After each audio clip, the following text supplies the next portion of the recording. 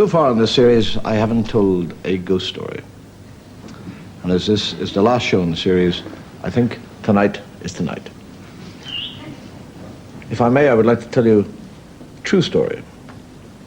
A story about a house that had a bad room, what they call in Ireland a bad room. It had an atmosphere. People were loath to go into it. They didn't wish to have anything to do with it.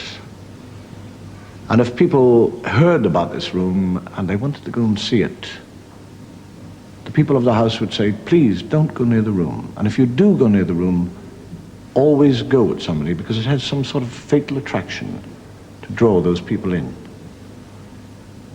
And people would open the door and let people look into the room.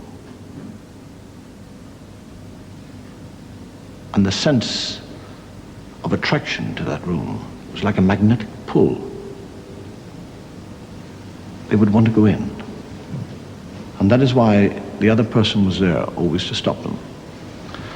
And then one young, foolish man decided against all advice that he would spend the night in the room. And people pleaded with him, scolded him, shouted at him, screamed with him, fought with him. And he said, no, I will spend the night in the room to rid us all of this superstitious rubbish. And he went in to that room. And the door, without any human being touching, closed behind him.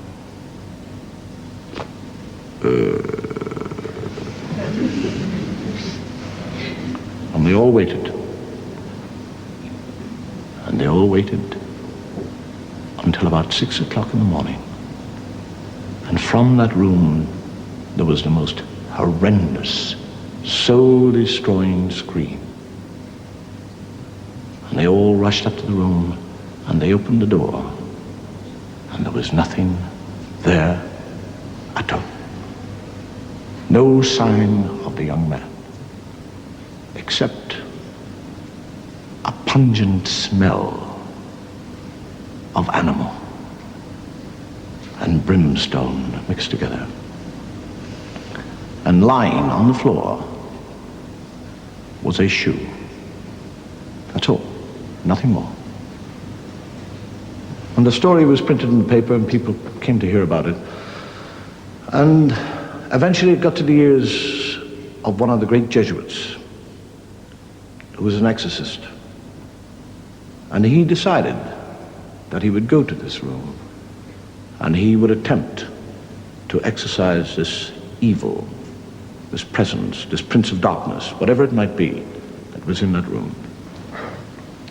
And again the people pleaded. They said no, and he said no, I shall do it. But if by chance something happens to me in this room, if the pattern is the same, one of my shoes will remain in that room. And whatever happens, whatever is the secret of the evil of that room, I will write that upon my shoe. And if I am not there, look to my shoe, because the answer to this puzzle will be upon the shoe. And he arrived, entered the room, and the door closed behind him. And the people sat downstairs by a fire, and they waited. And the clock, this large grandfather clock, ticked away the time, quietly.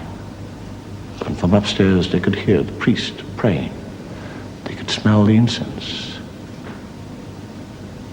And at about 4:30 in the morning, they looked at the dog, who was asleep by the fire, and in his sleep he had begun to growl. And as they looked at him, the hackles on the back of the dog began to rise. And he gave out the most baleful of hound-like howls.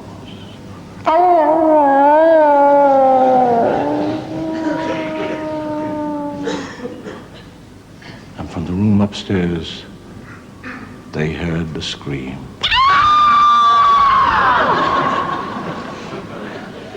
they ran up with lights, with crosses, with crucifixes, with holy water. Open the door.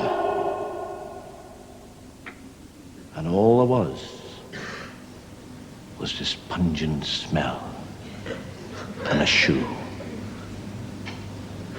And they ran to the shoe, they picked it up, they turned it over, and burnt into the sole of that shoe were 2 words: size 9.